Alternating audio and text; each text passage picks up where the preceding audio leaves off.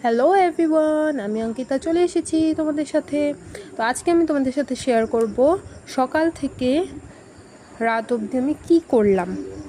তো ফার্স্টে ঘুম থেকে উঠে ফ্রেশ হয়ে আমি আর মা চলে গেছিলাম একটা কাজের জন্য বেরিয়ে।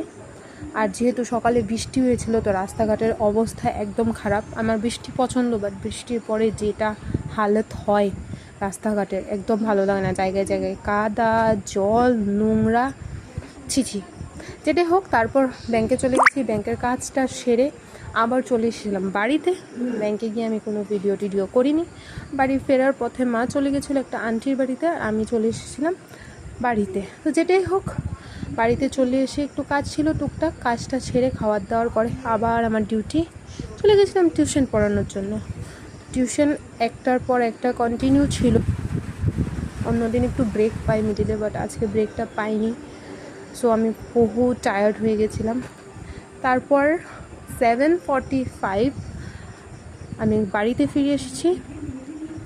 তো লাকিলি আজকে আমার একটা টিউশন পড়াতে হয়নি, বিকজ অফ ওর শরীরটা ভালো না, তার জন্য।